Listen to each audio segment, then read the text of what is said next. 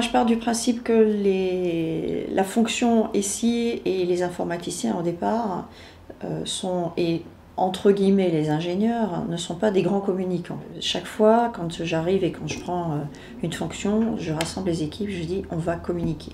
Communiquer sous forme de newsletter, communiquer aussi en interne dans les équipes, faire des sessions, prendre toute l'équipe une journée ouverte pour qu'ils se connaissent mieux.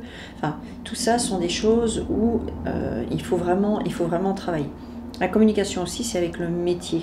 Il faut vraiment aujourd'hui avoir des instances de communication avec le métier et c'est hyper important. Point d'étape, voilà où on en est, pourquoi on est là, voilà les questions qu'on se pose, voilà les problèmes techniques qu'on a eus, va être résolu dans 15 jours. Et en général, on a peur d'annoncer qu'on est en retard, on a peur d'annoncer qu'on a des problèmes techniques, on a peur.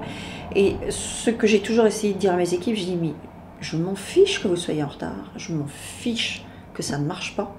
Je veux le savoir. On n'est plus non plus dans une communication institutionnelle qu'on a pu le connaître sous forme papier. On est sur une communication de réseau, de networking, et c'est hyper important de l'animer. Et dans mon ancienne DSI, moi j'avais une responsable communication qui était ma propre assistante. Donc c'est elle qui était en charge de la newsletter, de l'animation du blog, etc. Il y a un bouquin sur le marketing de la DSI.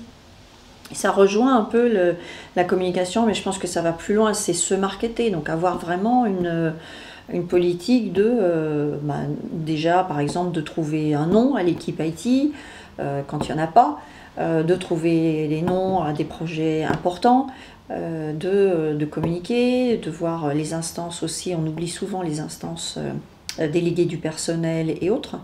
Et ça, c'est important, il faut les inclure dans tout projet, il faut passer régulièrement devant eux, leur expliquer ce qu'on fait, ce qu'on veut faire, parce que c'est quand même, entre guillemets, Vox Populi. Ils sont là parce qu'ils ont été élus par les salariés de l'entreprise. Donc, mieux ça se passe, plus c'est fluide, mieux c'est. Les DSI aujourd'hui doivent se repositionner. C'est-à-dire qu'il y en a beaucoup qui ont vécu pendant des années sur l'ERP, sur la mise à jour de la version Tartuffe, machin, etc. Et il y a un vrai repositionnement du DSI. Et le DSI qui ne prend pas une tournure innovation digitale, qui n'arrive pas avec, je vais dire, une approche de transformation de l'entreprise, qui ne va pas trouver les gens du business en disant « mais tiens, en mettant tel techno, on pourrait faire ça, on pourrait réduire la file d'attente au cinéma, on pourrait faire ceci, cela ».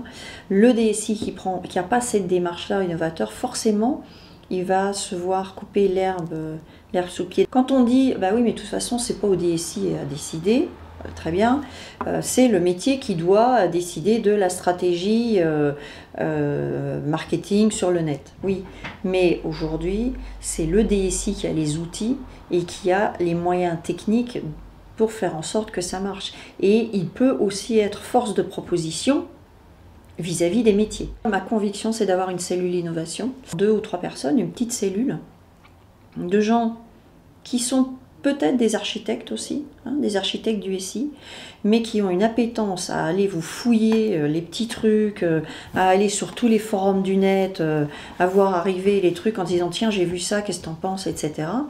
Même si ça ne donne rien, mais il faut avoir des idées. Et plus on va émuler les gens à aller voir ce qui se passe dehors, plus ça va donner des idées, ça va faire une petite cellule innovation qui derrière peut aboutir à pas mal de choses et à des innovations au niveau métier.